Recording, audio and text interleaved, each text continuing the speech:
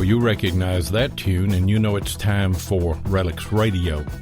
This is a family-friendly show, so the entire family can join us as we talk metal detecting and relic hunting. You can call into the show at 270-495-0315 or join in the chat and post any comments or questions you might have, and we'll get to as many of them as we can. You're listening to Relics Radio of Southern Kentucky and Middle Tennessee.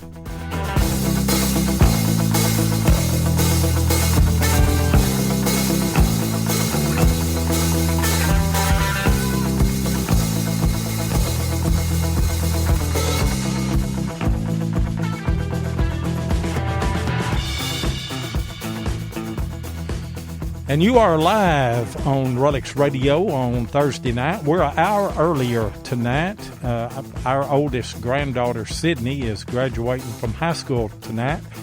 And that ceremony starts at 7 o'clock, so we're going to have a hard break right there at 7 o'clock Central Time, 8 o'clock Eastern Time. But we will be with you for an hour here in Southern Kentucky and Middle Tennessee. I am your host, Digging with 7.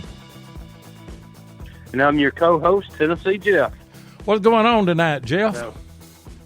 Oh, not much. Of course, me and Mike were sitting there talking, and then, of course, we didn't hear the intro music come on. So we was like, and then I heard you start talking. I was like, well, here we go. So, but yeah, I didn't hear the intro music. So we've got it's people coming in the chat, so here we go. So we're ready for it. That's good. So, that's good. I kind of wondered tonight because, people kind of get in a routine and everything, but we put on our promo stuff, and I think those promos are good because we can let everybody know who's going to be on and, what time and if there is any change or anything.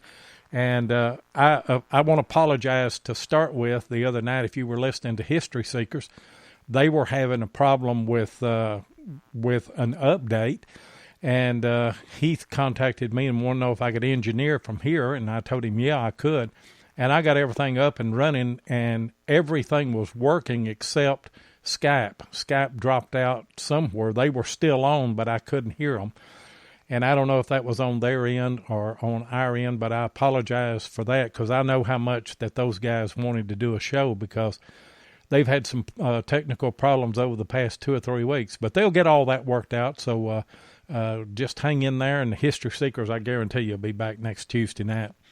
We've got a great... Oh, yeah, bigger than ever. Yeah, bigger than ever. Wide pride. Wide pride. Wide pride. But we've got a great guest. So what about our good guest? Yep, go ahead. We got a great guest tonight.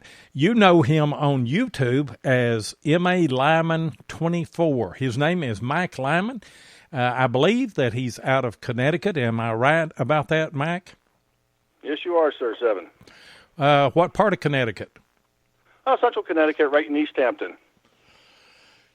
Man, Jeff, he's sitting right in the living room of all that history. He is. I'm sitting there drooling at the mouth, just finding out where he lived at. I mean, of course, we were talking earlier before the show started, and I was like, Connecticut. I was like, do you have a house for rent somewhere or something? So, yeah, that would be nice. No, but I do live right on Lake Okeechobee. It's one of the oldest lakes in Connecticut. It's the biggest natural lake in Connecticut. Man, well, hey, we can go fishing too. I mean, that's even better. Yeah. Sure. Yeah, put the houseboat on a trailer and take it up there and just spend the whole week with it there. Yeah, we can do that. No, we can't either. I think so. We can pull it with something. I mean, that's an awful big boat to be pulling up all the way up there. So. It is. Hey, I have a quick question for you guys. I have the stream going on my PC now, but I can't see the chat, or I can't find out where to open the chat. Okay, go to episodes. Are you on Relics Radio? Yes, sir. Okay, go to episodes. There'll be a little bar there that says episodes.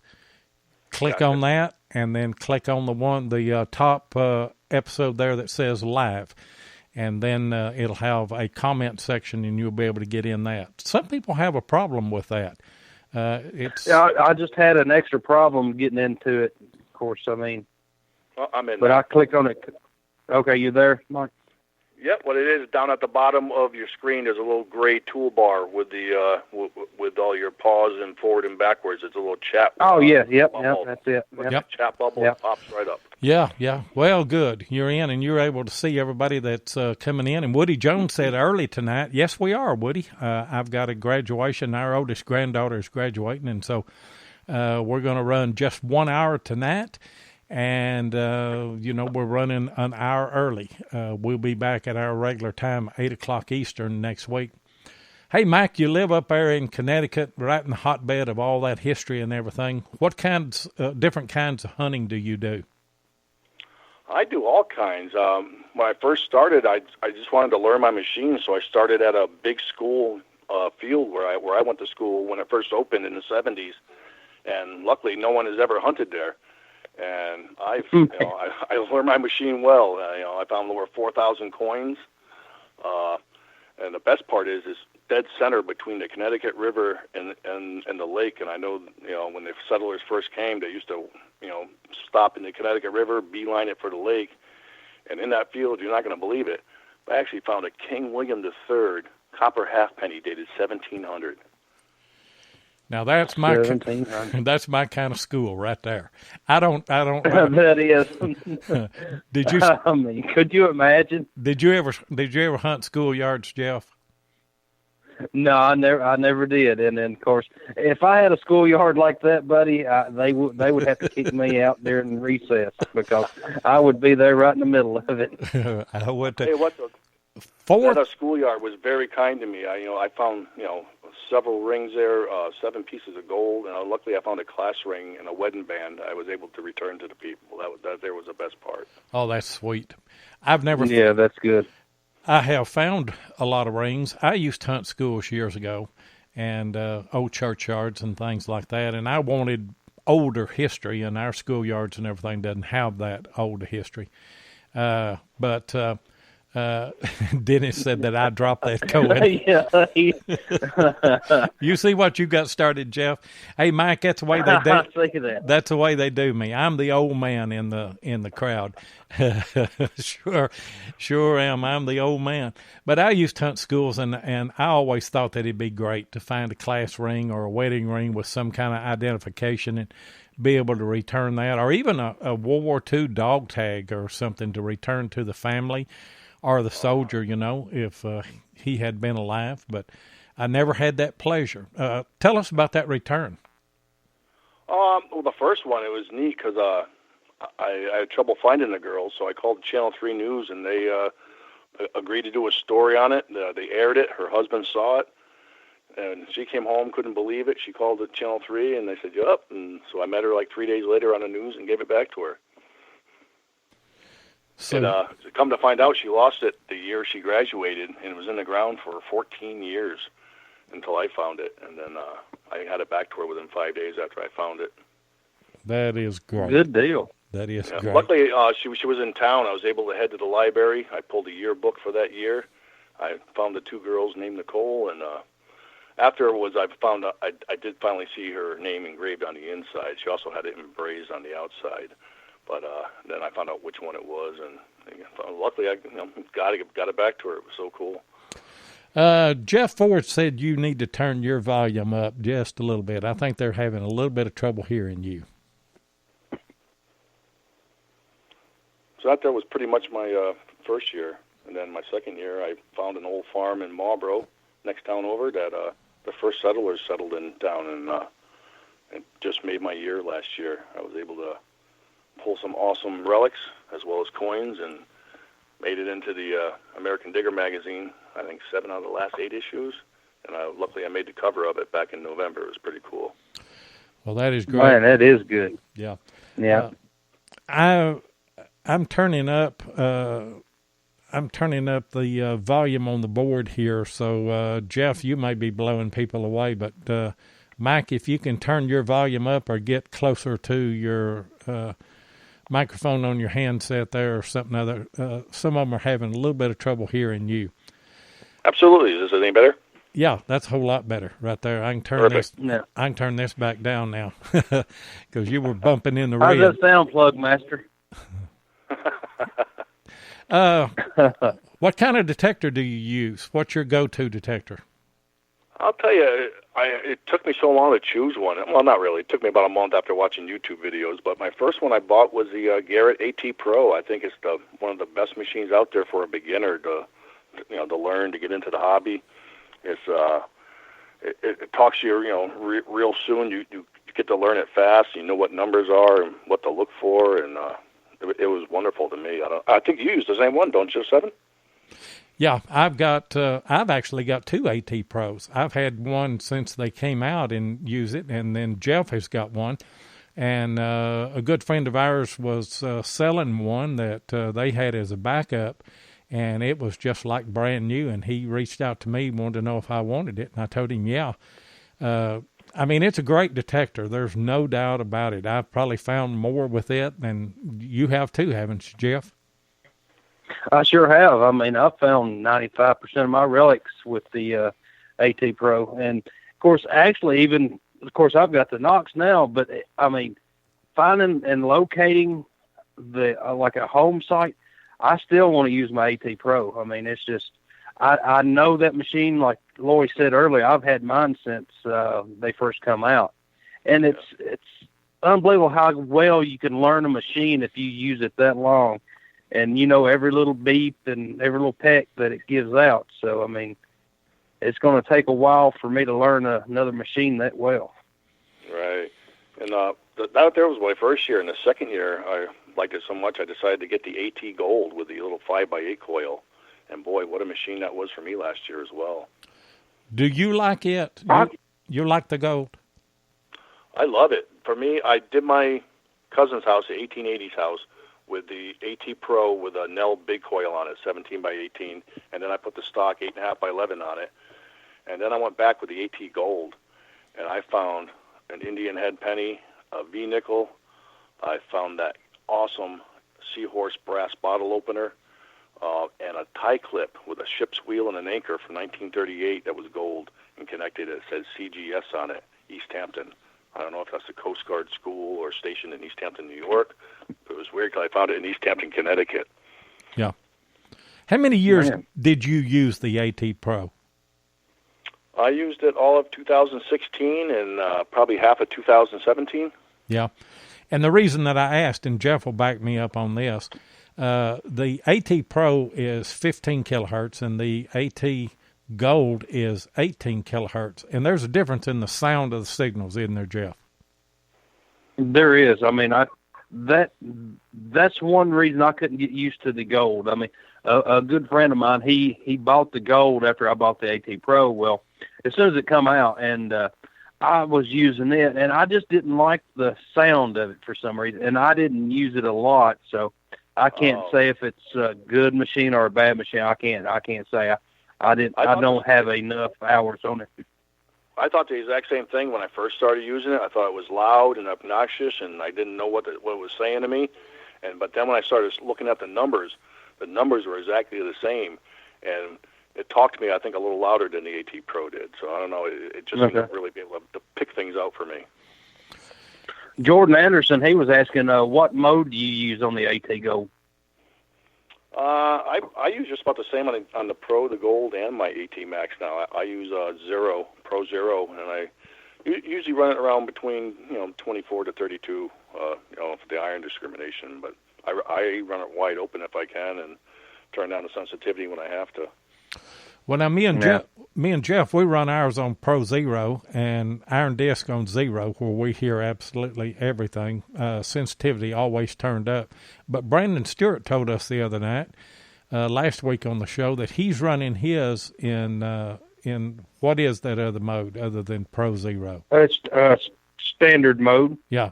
And then of course he's running standard mode, and of course, I can't say I've ever really run mine in standard mode too learn how it works. So, but he said he's doing real well with it. You can't argue with, and it's, yeah, you can't argue with success. No. Exactly. So and the AT Max now is even working.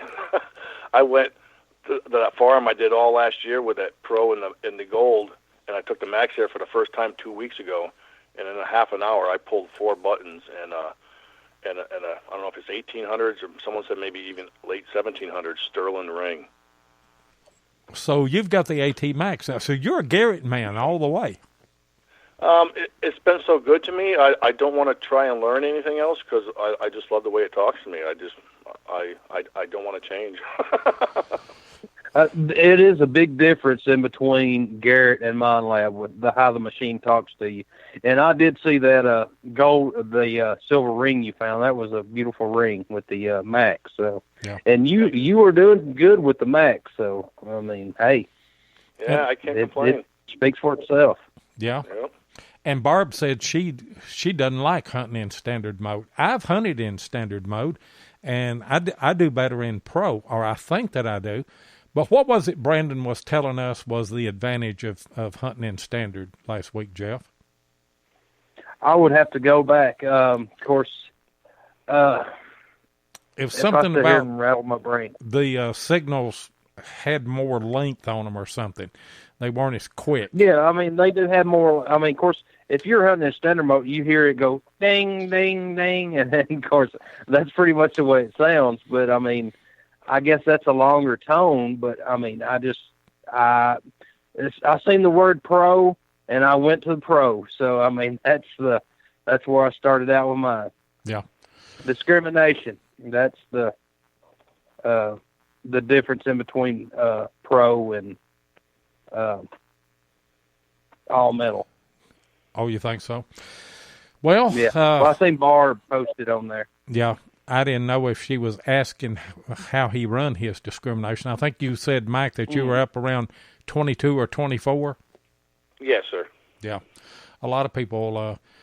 I know Nugget Noggin runs his around 22, somewhere around in there. Now, me and Jeff don't. We run ours wide open, and Becky said she runs hers wide open. I want to hear. Mm-hmm. I want to hear everything, and that is what I love about the AT Pro running it wide open and hunting for a house site. Because the very minute you get into that debris field, you can sure tell it. You know. Oh yeah. Yeah. So basically, you just stick with the Garretts, and that is a great machine. I mean, there's no doubt about it. All three of those are. Have you still got all three of the machines, or do you trade up, or what? Well, I ended up doing somebody had, I forgot what he had, but he wanted to upgrade his machine. I ended up selling him my AT Pro so I could purchase the AT Max. So I ended up doing that, and I kept my AT Gold and my Garrett Carrot, of course. Yeah. Yeah. But now, with the Max finding what it did, I'm going to be back at that farm all again this year, hoping to pull some more cool relics and some more, save some more history. Me and Jeff hunted a spot with, who was that had the AT Max at the construction site, Jeff? Oh, that was one of the Hollis brothers. I believe that was either Greg or Jeff, and then it was Greg Hollis that had that. And, of course, he seemed... I mean, they're doing good with them. I mean, of course, I keep up with their little site they've got going on, and they seem to be doing good. So, I mean, the AT Max. I mean, I'd like to run one just for a little bit to see how it works out. So, and then it was a little loud at first, but it just takes a little to get used to it, It was a little bit what? Loud. I don't know if it was just oversensitive. I ended up turning my sensitivity down a little bit, and it quieted down the sharpness of the signals, but it made them nice, crisp, clean, and loud. I'll tell you a little trick that I learned on AT Pro, and that is that when you ground balance, if you just hold down your ground balance button and pump your coil, then when you let go of it, well, then you're ground balanced at, say, 82, 83, whatever. Normally that's about where mine ground balance is here where we live. But then you can push that ground balance button again and then go up above it, and you can actually manually click it up a few steps. And I've been doing that, And mine's getting a little bit better depth by doing that. And I'd never tried that. I didn't know if you'd ever done that or not. I tried it. Now, when you did it, did you notice any like background or a low hum when you did it, or? No, no, I didn't notice any hum. Maybe I was just changing the threshold down to like a -1 or up to a +1, or maybe 2 or 3 both ways, and I was always getting like a little low hum when I did that. It's a little bit more chattier. There's no doubt about that, but you're getting more signals. Yeah. We ground balance about an 88, 90 up here most of the time. Hey guys, that's pretty. Yeah, we're coming up on a hard break. Let's run this commercial, and we'll be right back.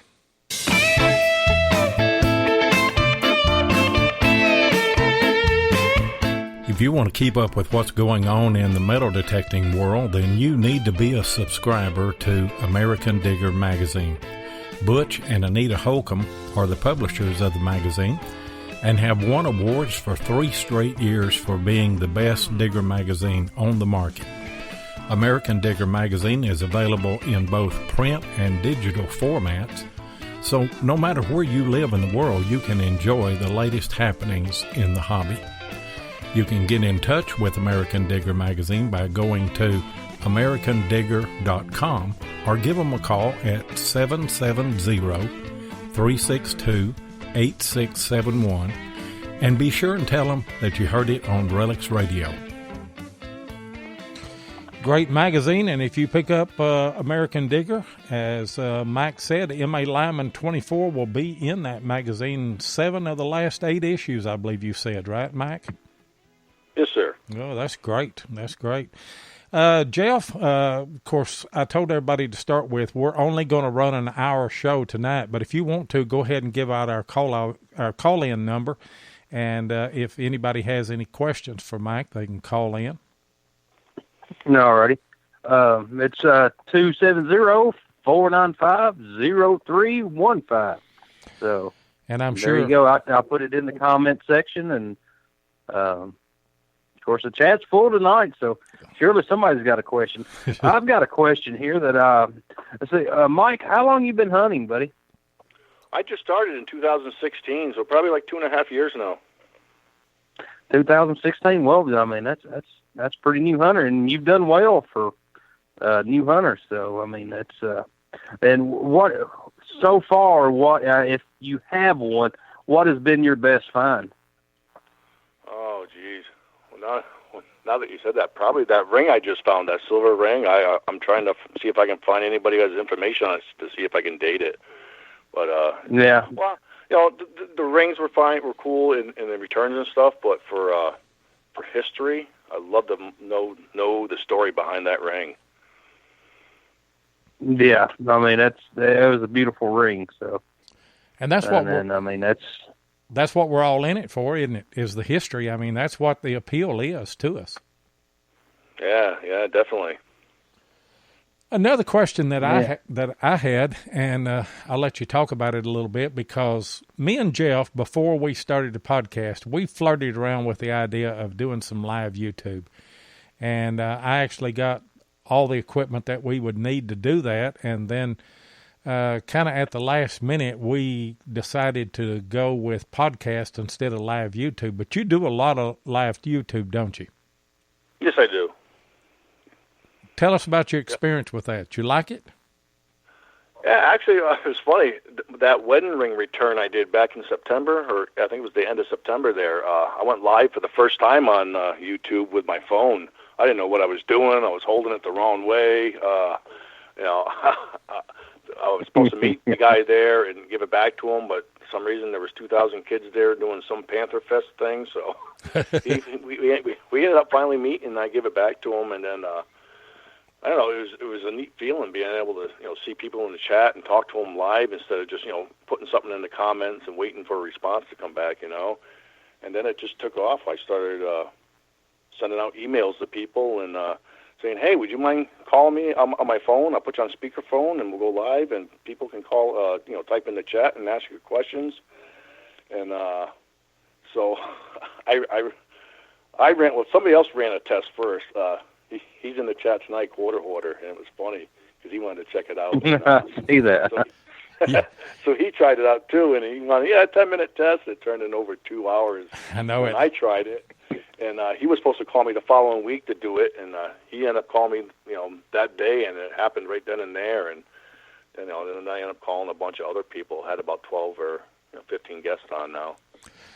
Yeah, I was fortunate enough to be on with Quarter Hoarder on one of his, and I really enjoyed it. It's just it's a different format, but like you say, there's a lot of interaction. You're able to, the people are able to interact with you while you're live, just like this podcast. Only thing is that they can see you. But now, me and Jeff, we have faces for radio. I hear you, brother. That's right. And Quarter Hoarder gives you a compliment. He said that you are the godfather of live streaming. What? Come on, Jason. Are you serious? Jason, I think Jason's live streams were so much fun. He really put a lot of work and effort into them. The games were a blast. His guests were a blast, and I know he was on one of your shows too. I think, wasn't he? I thought I watched that one. Yeah. He was on one of our podcasts. The only thing actually, go ahead. Oh, go ahead. No, go ahead. Oh, I just miss his live streams. I haven't seen one, I think, since the holidays or something. It's just cool. Wait, did he do the live stream with the Lemon Challenge? I can't remember now, but I do miss him. But Liz is doing them. I think Liz is live right now with her live stream. But a lot of people taking off and are doing them now. It's great. Yeah, the only thing that I can say about Jason, the Quarter Hoarder, he's not animated enough. You don't think so? No, I said that in sarcasm. I tell you what, if you were to tie his hands behind him and hold his head still, he couldn't say suey if the hogs were after him. He's a great guy, though. I tell you. I think he has a great channel. I love watching his videos. They're so entertaining, and the stuff he finds. It seems like this year everyone is having an awesome year. I mean, Quarter Hoarder, Dog is my co-pirate. I mean, everyone around the world even. It's just seems like everyone's pulling amazing stuff this year. I even pulled a Flying Eagle one cent. I had no idea. That coin was never even in my mind to find, and I found it this year. It's just unbelievable this year. Yeah. Man. I've only found... Me and Barb's still waiting on that CS plate, so yeah. We said that was our New Year's resolution. We were going to find one at DIV, but that didn't happen, so, I mean, that's what we're still waiting on. Good luck, Barb. I found one Flying Eagle, and it was on a Civil War camp. That's the only one that I found, but I did, me and Jeff was hunting, and I did find a first-year Indian, fatty, and those are hard to find, too. I've had a good year on Indians. I'll just tell you, over the past year, in last week, I hunted a couple of sites, and I think I found 2 or 3 more Indians, and that's got me up to about 26. So I don't know. I'm on an Indian streak right now. 26 for the year, man. That's pretty good. Well, I haven't found one yet. That's not since January. That would be probably over the last 12 months. I don't know exactly. I don't count those, but I've got them laid out. And the other ones I put in the museum with other Civil War relics and stuff like that. So I just had some on one of my display cases on top. I just started putting my Indians up there. And Barb said, "Loy, you suck." She wants. She's dying. Yeah, she wants those Indians. But anyway, I put it up there, and I thought I'd count, and I had 26. And I sent Jeff a picture, and he told me, he said, "You're gonna have to take that Equinox away from me." Of course, that's what me and Jeff. Oh, yeah. That's what we're using now, and loving it. I tell you. Awesome, yeah. Oh, yeah. A lot of people are. My buddy Jim in MD Melbourne down in Australia just got his for the first time. He went to a park he thought was hunted out for the last 2 years. He just pulled 7 silvers out with the Equinox 800. I can't believe it. Man. Well, I hit a site that I had hunted with my CTX and AT Pro, and actually quit the site because it dried up. I just wasn't finding anything. And then after I got the Knox, or Equinox, Debbie don't like for us to say Knox, but I'll say it anyway.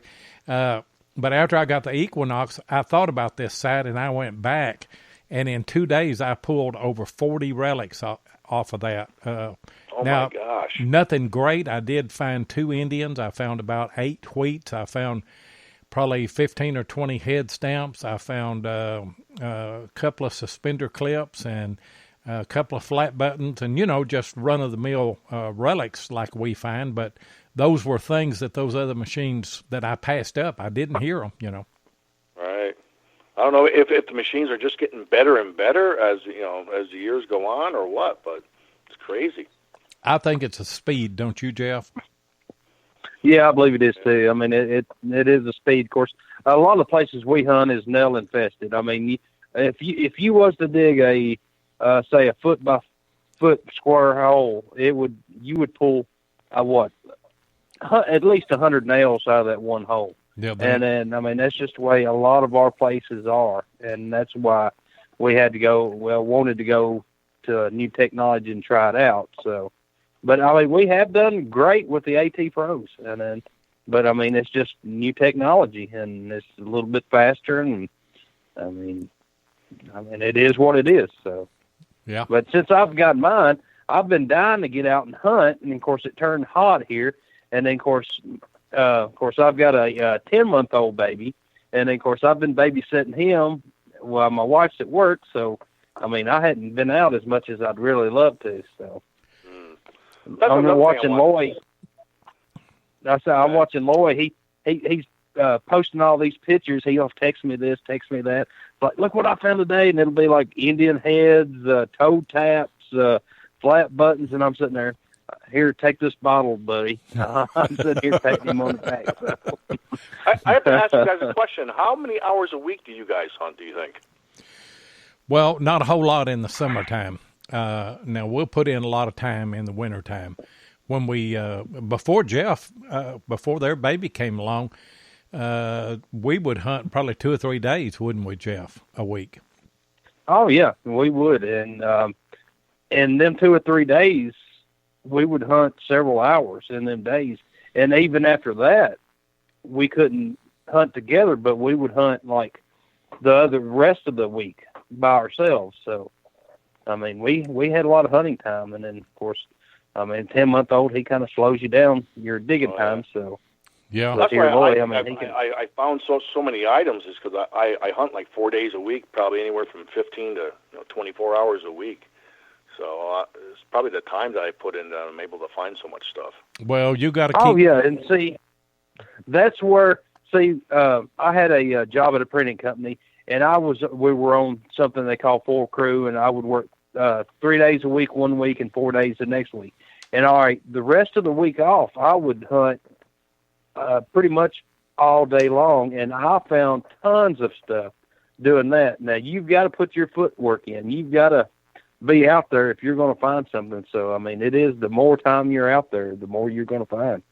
You're not going to find anything on the couch. No, I noticed Nick Haas put a question in on the chat, wanting to know if we started at 6 o'clock Central Time.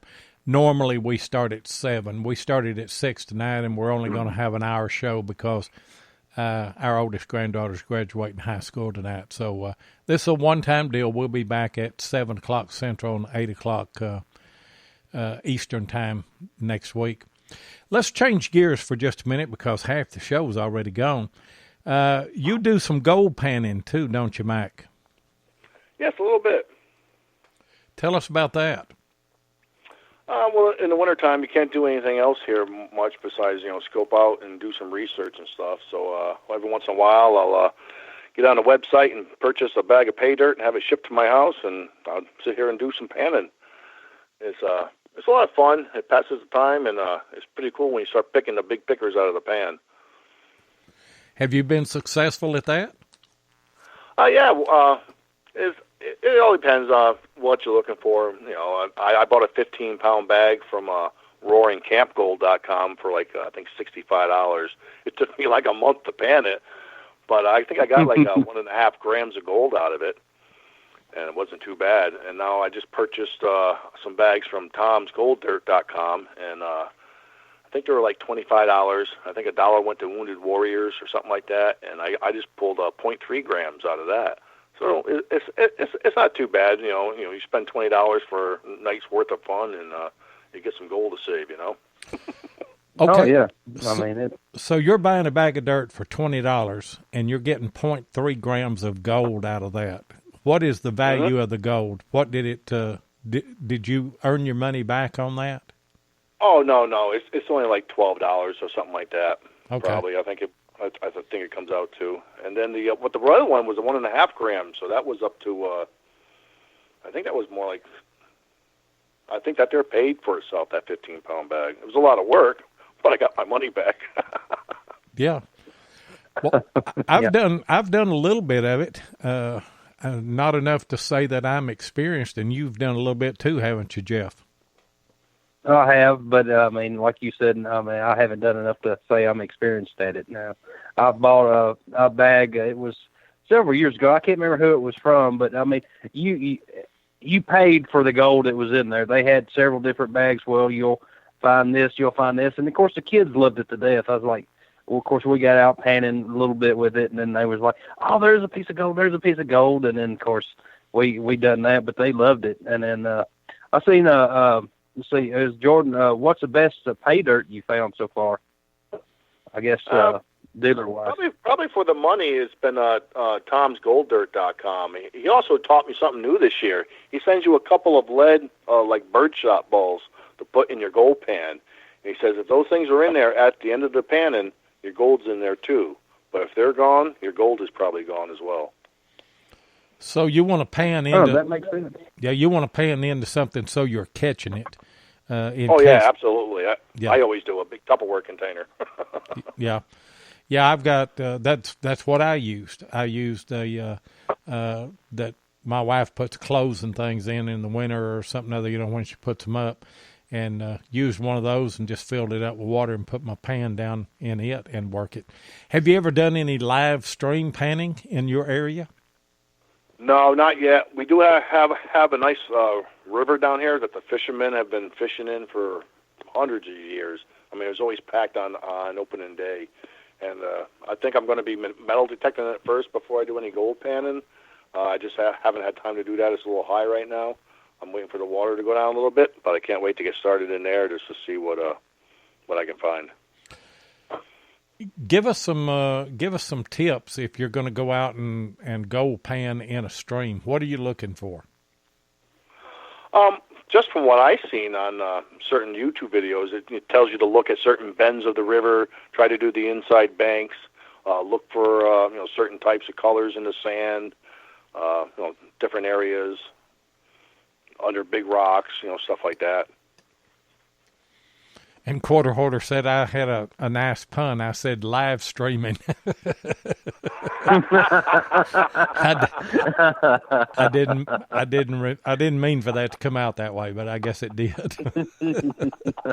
didn't even catch that. I didn't either. No, I didn't either. No, I sure didn't. But from what I hear, you want to find where the black sand is where the gold's going to be, because black sand's heavier than the other, right? I see. Okay, yep. Yep. I really haven't done too much river panning at all. I've only done just a pay dirt that I have sent to my house, and it's just been fun and to be able to do. But it's just I only do that on a rainy day now. That way, the weather's beautiful and I can get out and hunt now. Yeah, it would be. And y'all have long winters up there, don't you? Usually, I'll tell you what, last year we didn't. I was able to hunt to the end of January. I was only shut off for probably February and half of March. But this year I was shut out at the end of November. I wasn't able to go out till, I would think, one day at the end of February. Then I had to wait another month, and I didn't get out to the last day of March or something like that this year. Man. Well, see, awful. That's our best times. I mean. Yeah, we're exactly opposite, aren't we, Jeff? Yeah. What we need to start doing is hunting down here during the winter and then going up there during the summer, because it's hot here during the summer, and of course the hay fields and everything, we're losing all of our sites. So we need to start going back and forth. 7, you need to listen to Jeff and bring that houseboat up here, park it on the lake for a month in the summertime, and I have a great farm I can take you to. Well, there you go. I tell you what. Go ahead. Can we get that in the Gulf somehow, and then just cruise around, and then go down the tip of Florida and cruise up, and then? Well, I'm going to tell you something, and you're not going to believe me, but this is the absolute truth. We had another houseboat. We had a smaller houseboat, and sold it to my brother-in-law, and he sold it this year.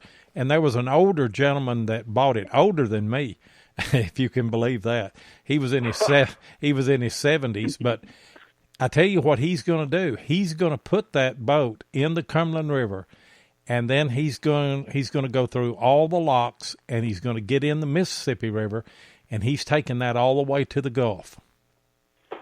Wow. I couldn't believe it. But it is doable. I mean, you can do that. I can't imagine how long that it would take to do all of that, but and expensive too, I guess. Oh yeah, I had a buddy. It was a few of them got together, and they done a cruiser that way. They didn't do a houseboat, but it was just a cruiser, and they would cruise from actually Old Hickory Lake here in my town, and then they went all the way around and went to the Gulf, and then I can't remember how long he said it took them, but it took them a while. So I mean, it was a great trip. Yeah. Hey guys, we're coming up on an adventure. On another hard break, and we'll be right back. If your passion is metal detecting, then you know how much your success is based on the equipment you use. Let my buddy Tim Henderson of Murray Branch Outdoors in Murfreesboro, Tennessee, help you with that. Tim is an authorized dealer of Garrett, XP Deus, Tesoro, and macro detectors and supplies, and he is now an authorized dealer for MineLab. So if you're looking to get your hands on the new Equinox 600 or 800, then Tim is your guy. Murray Branch Outdoors is not only competitive in their prices, but the service after the sale is second to none.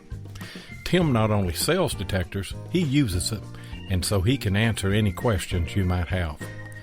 Murray Branch Outdoors also deals in used detectors, and he'll take your old detector in on trade when you decide to upgrade.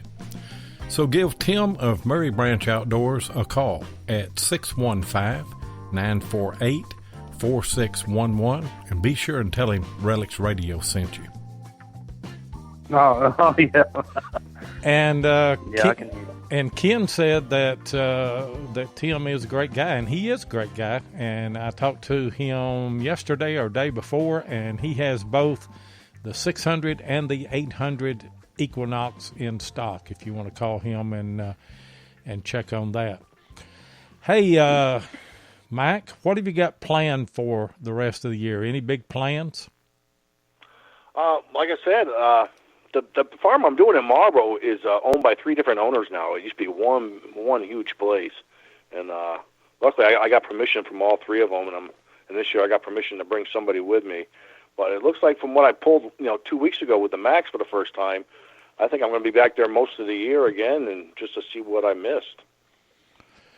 Now, as well as doing door knockings, me and Ricky stopped at a 1780s place today and checked it out. Found a few old things, but nothing too much to report. But we'll still do some door knockings, and then when I can't get one, we can always fall back to the farm, which is great. Oh yeah, where you found the silver ring, where the tractor was sitting in the middle of the field. Now I want to hunt around that tractor. That seems to be a good place. That's where I found the four rings. That there was the top of the knoll where the 1700s house sat that burnt down in the 1940s. And now they moved the 1800s house closer to where the highway is now, or the main road is now for them. But that's where I found most of the relics was around there in the barn. I mean, things I wouldn't even imagine. You found your usual ox knobs, ox shoes. But I found a thing they called a matchbox that was made in Dover, New Hampshire, that held wooden matches. I had no idea I'd find one of them. Found a Dick Tracy second-year Service Patrol member badge. Then I found Croto bells there too, But the coins there was amazing. My earliest one was a 1737 King George II. Then when it was that beautiful 1838 seated 1 dime, that was in EF condition. It's just beautiful. And then 2 weeks later, I pull an 1887 seated dime. And then I found a Stand-in Liberty quarter, Buffalo nickels. It's just all the different years. I couldn't believe it, from 2000 all the way back to the 1700s for coins. It's crazy. Well, me and Jeff have found out that, whenever you find a good site that, had, here in our area, it would have Native Americans would have lived there. And then you would have had colonial settlers that lived there, and then you would have had Civil War, and then you'd have had turn of the century. I mean, a good house spot is a good house spot. Yeah, actually, this one sits right between Lake Poketipog and Lake Terramongus, which were the 2 big Indian lakes that are in the state. And it's just it's one of the highest elevations in town, and it's just a beautiful piece of farmland that's all original. Do you guys find any Native American artifacts? My grandfather did over by Lake Terramongus. He found quite a few arrowheads way back in the 30s and 40s and stuff. I haven't yet because they don't really plow where I'm at. It's just lawn that's mowed and some woods and corral and garden area and stuff like that. I really don't have any like fields, like cornfields or something that they plow up where I can find that stuff there anyways. Well, they don't plow stuff anymore. They no-till, don't they, Jeff?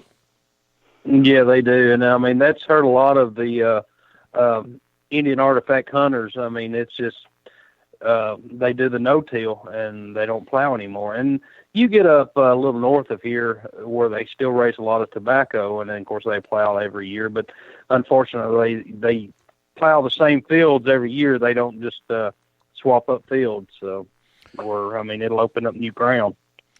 And Barb wanted to know what lake was that you mentioned, Mike? Which lake? Yeah. It was Lake Poketipog, or Pocotopog, P-O-T-O-C-O-P-A-G-P-A-U-G, and Terramongus. I'm not sure how to spell that one. I'm not even going to try to say either one of them. I'm not either. If you go on Google Maps, it's dead center of Connecticut. You can't miss them, just east of the Connecticut River. Yeah. Barb was trying to find a place to put her pirate ship. Yeah, that's what she's trying to do. Arg, yeah. Get in there, Barb. One question that we always asked all of our guests is, what one thing that you should have found, but you haven't found it yet? Oh, you're killing me with that one. I know it. Oh. What do you think it is? Let me ask you that. Mine is a 2-center. I think I should have found a 2-center. I found all kind of reals and cap bust and large cents and Indians and flying eagle and trime. And I mean, I should have found a 2-center, but I've not found one yet. And I was just wondering what yours was. Well, I'll tell you what. I found rosy dimes. I found seeded dimes. I found a barber quarter, but never found a barber dime, and I never found a mercury dime, if you can believe it. Oh man! So that for nickels, I found the war nickels, the pre-war nickels, the V nickels. The only one I haven't found for them yet is the shielded nickel. But the buffalo nickels I found, but I can't find it myself a mercury dime to save my life. Hey guys, we got a caller either a walking Liberty or a standing Liberty. I got both of them. I found a 1917 walking Liberty last year. Yeah, those are hard to find. Calling? Go ahead. I say we've got a caller in. Woody Jones is on the line. Have you got a question for Mike? Yeah, I do, Roy. Jeff, how y'all guys doing? Mike, I was just wondering, hello, Woody. Is Connecticut pretty cool with metal detecting, or do you have to have like permits to hit parks or anything like that, or is that pretty good? I'll tell you what. When I first started, the first thing I did was go to my town hall and talk to the town manager, and I asked him. I told him what I wanted to do. I wanted to save some history, and he goes, "Well, I'll tell you what. I let people go hunting on the town property, so I have to let you go metal detecting on it." And I don't have any problem with that. He goes, he wished me the best of luck. He gave me a written letter, email that I printed out. I carry with me all the time. he copied it to the police chief, and they all know. So I'm allowed to hunt any school property or town property in town now. But I also do a lot of door knocks, too, in private properties, which I do a lot of research and try and find out where the old sections of town were and pull up the assessor's map from that town. Tells you who owns the property, how old it is, and it's a great tool to use. But always ask for permission if you can. Get it in writing and bring it with you. But my part of town has been awful cool to me about all that stuff. Right, yeah, that's the same. I live in a small town here in northwest North Carolina, and I went to town hall, and I said, hey, I just want to see if I could another tractor around some of your parks, and they're like, sure, go ahead. If somebody asks you, tell them you got permission from the town. I'm like, well, thanks, and everything was good. And I got another question. I just wondered if you ever found a New York button that Mr. Seven's looking for. If you found that one yet, because I know that's his white whale. I just wondered if he found that, and I'll let y'all go. Yeah, he's for the. Is it the Civil War Regiment New York button 7 that you're looking for? Yeah, that's what I'm looking for. No, yeah. I haven't found any Civil War relics yet here in the state. Oh, okay. Well, it's probably up there somewhere. I'll try and look for it, though. Yeah. Okay. Hey, great call, Woody. Thanks for calling. Appreciate it. Great call. Woody. Thanks, guys. Catch y'all later. Okay. Hey, take care. All right. See you, buddy. Bye-bye. Y'all didn't have any Civil War action up there, Mike, and if y'all get any Civil War stuff there, it would probably be bring home stuff, from soldiers and what have you. But they've been good. I'll tell you what, Lloyd, I have to tell you about one YouTube channel called Tridon's Treasures. He's from upper state New York. I know that. He got on a site last year where he found an RIR button. He thinks that he found, I think, over 30 cap bust, 1 cent and half cents in beautiful shape, Indian artifacts, clay pipes, bone forks, two-prong forks, all kinds of stuff. He has one amazing site that he is on. You might want to give him a call one day and get him on your show. You know what?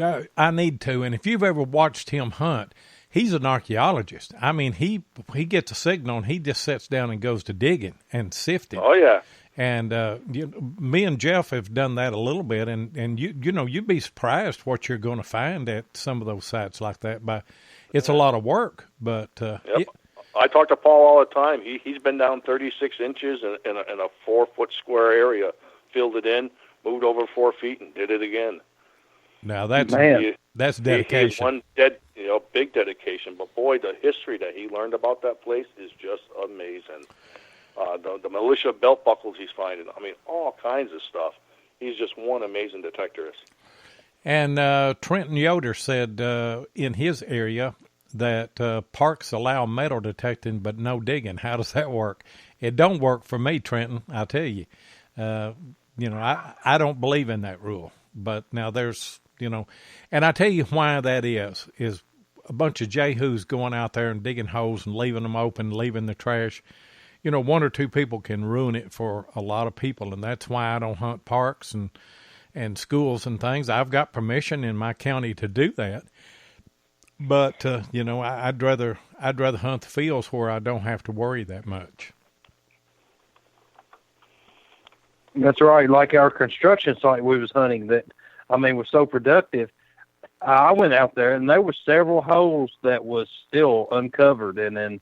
You never know. It's a construction site, but, workers walking through, they're may step in that hole sometime carrying a piece of rebar or something, and then they're going to twist an ankle. So you've got to make sure to cover your holes up.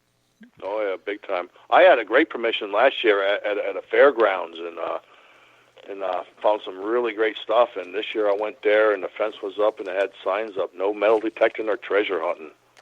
I have no idea why. I think I know why, because somebody was leaving some really bad holes.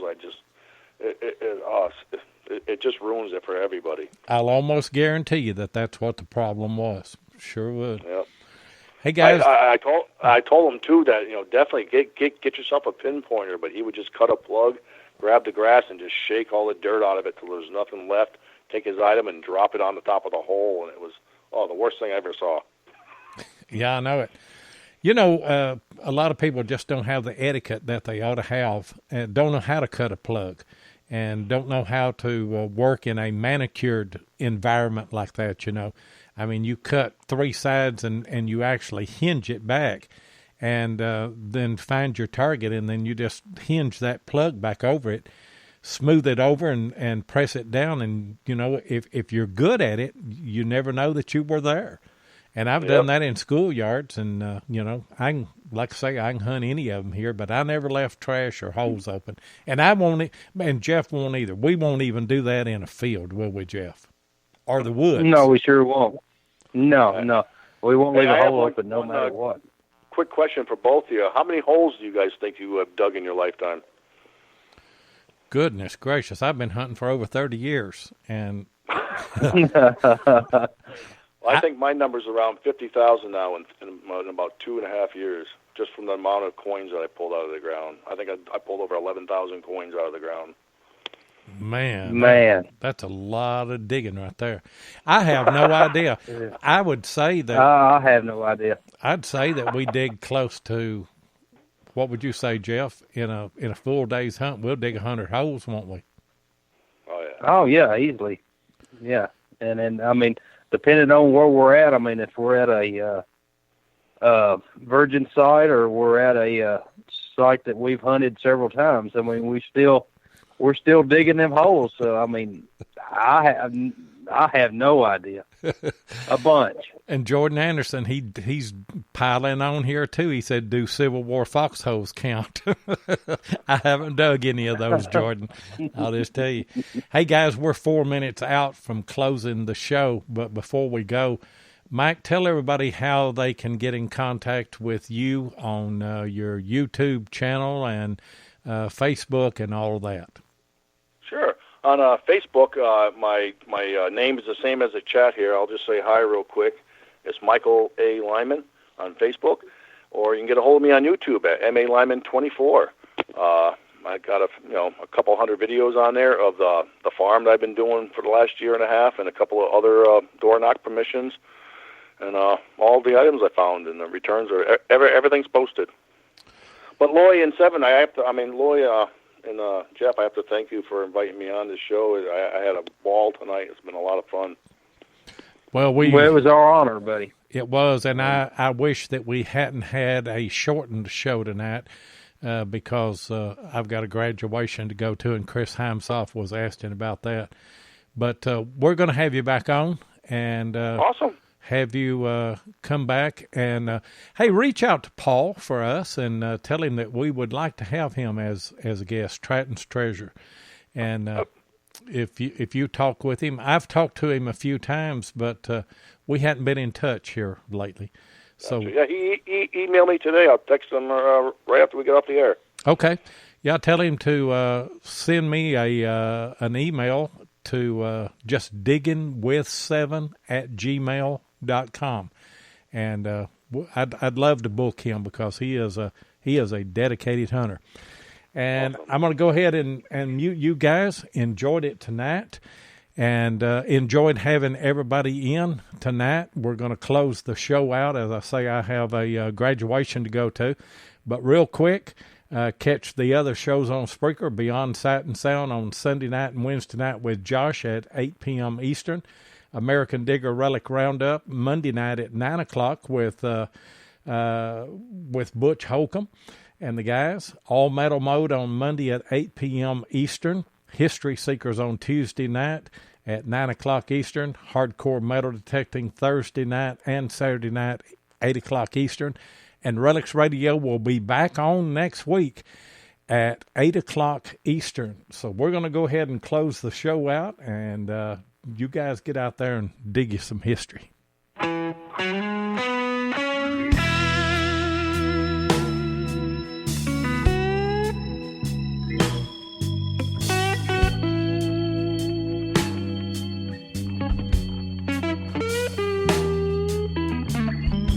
Thank you so much for joining us tonight on Relics Radio. We really do appreciate it. Be sure and join us live each Thursday night at 7 o'clock Central Time, 8 o'clock Eastern here on Spreaker.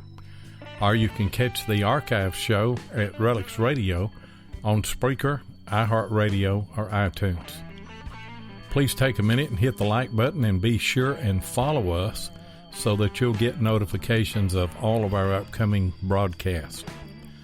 You can also find us on YouTube at Digging with 7 or Tennessee Jeff, or you can check us out on our Relics Radio Facebook page. If you'd like to get in touch with us, then send an email to diggingwith7@gmail.com. We'd love to hear from you. We hope you'll join us next Thursday night, and until then, get out there and dig some history.